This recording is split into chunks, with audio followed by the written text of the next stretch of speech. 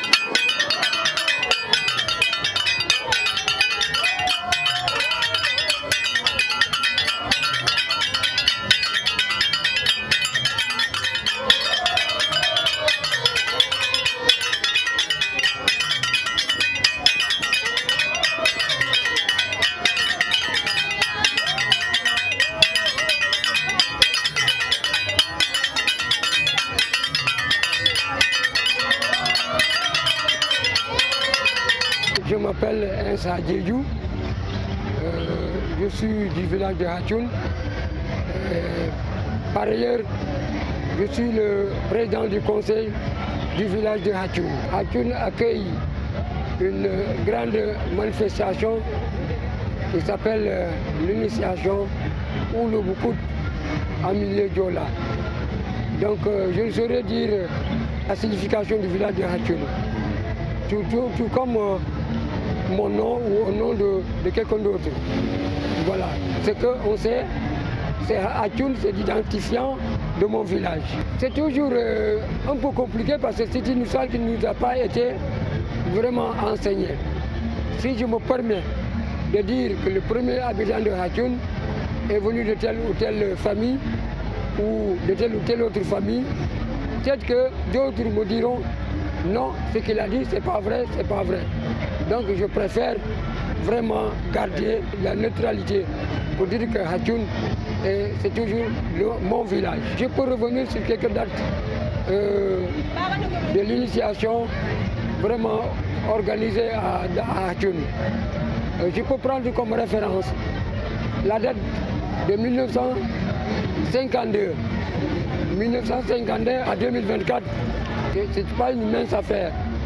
Donc de 1952, après il y a eu l'initiation de 1972. Après 1972, il y a eu l'initiation de 1983.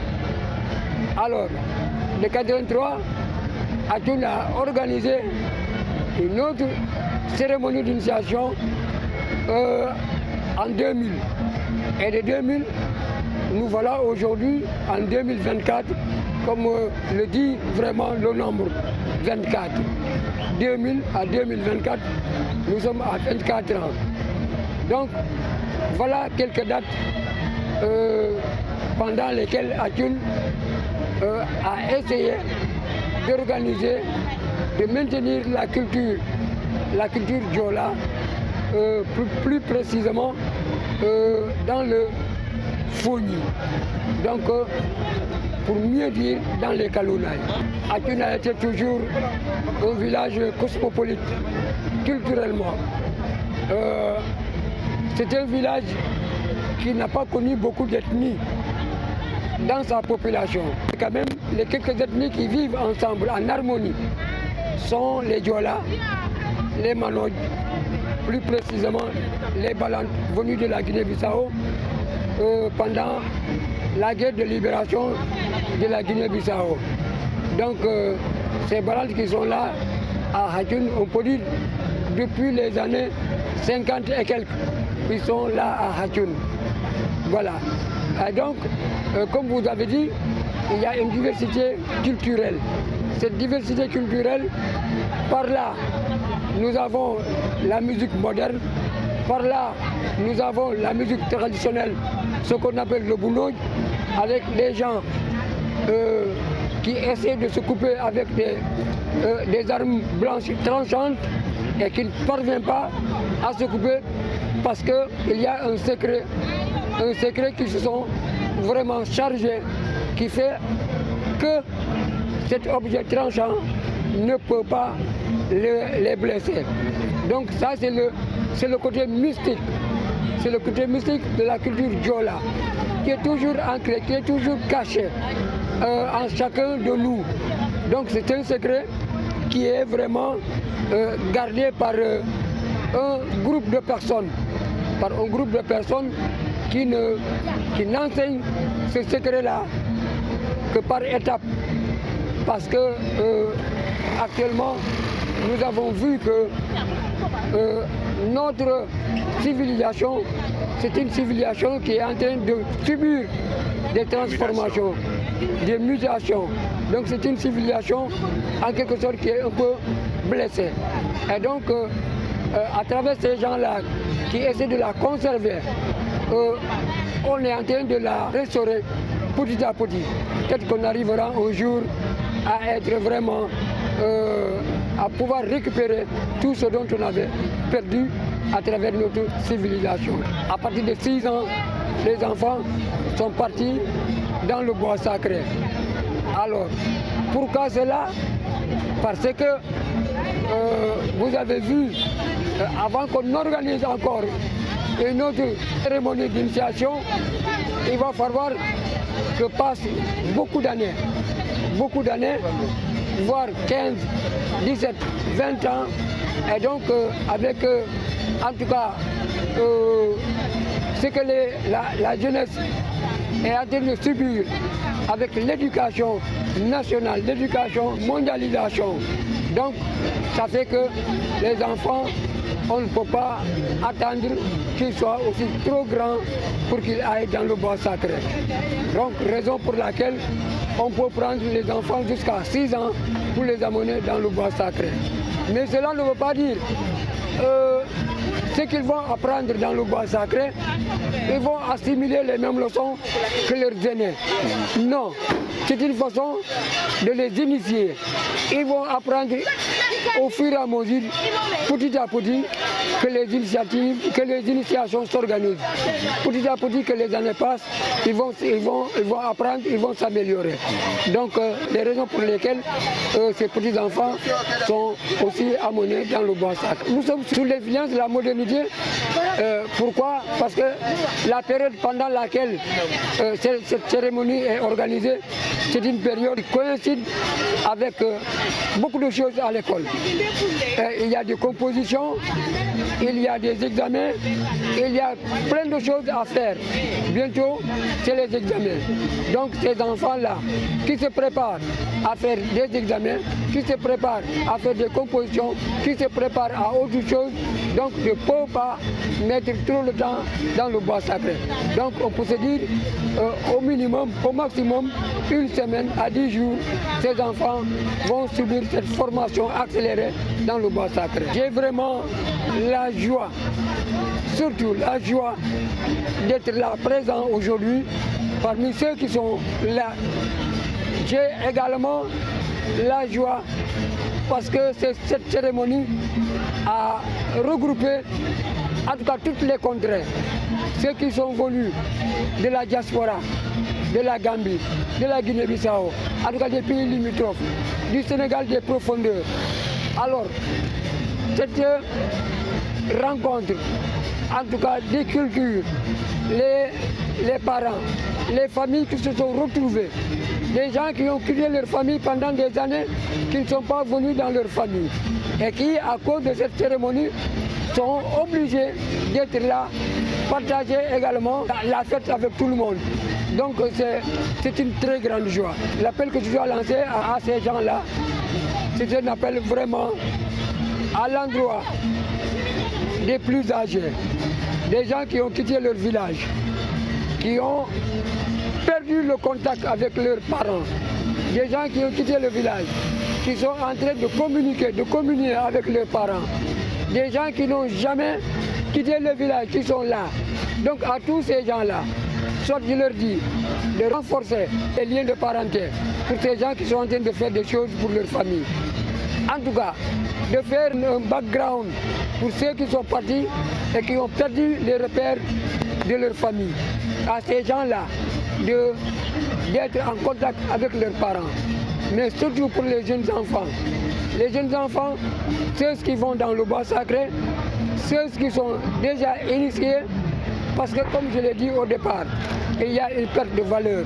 Il y a des pertes de valeur que les jeunes de maintenant sont en train de subir.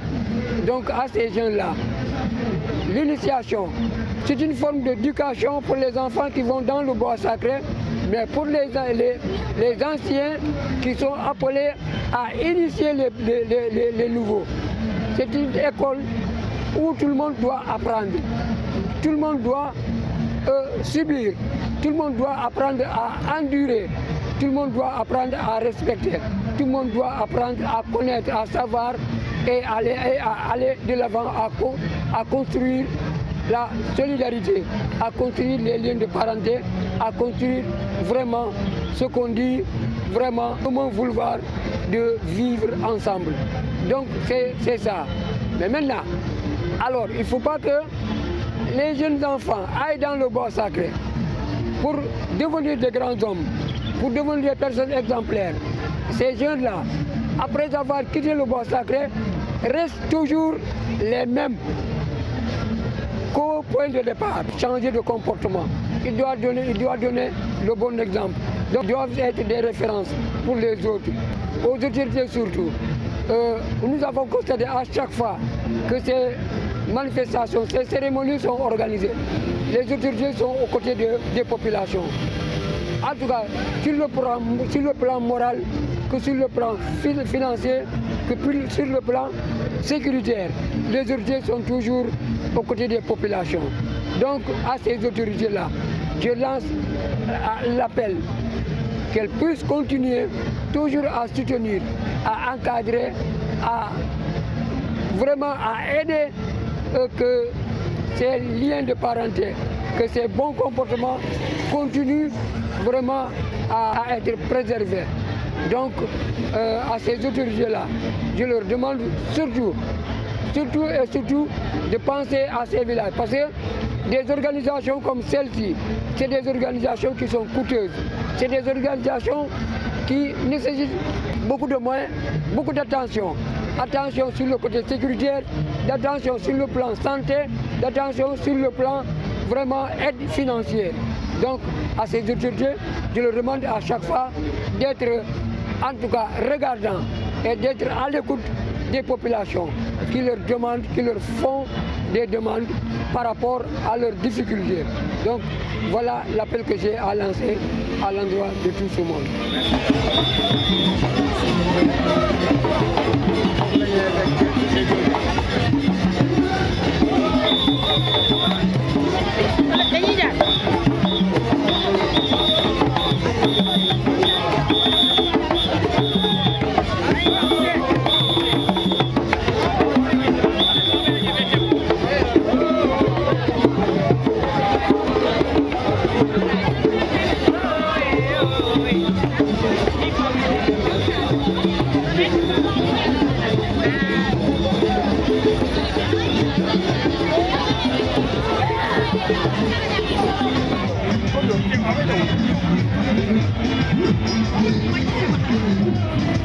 Bunga burinjero.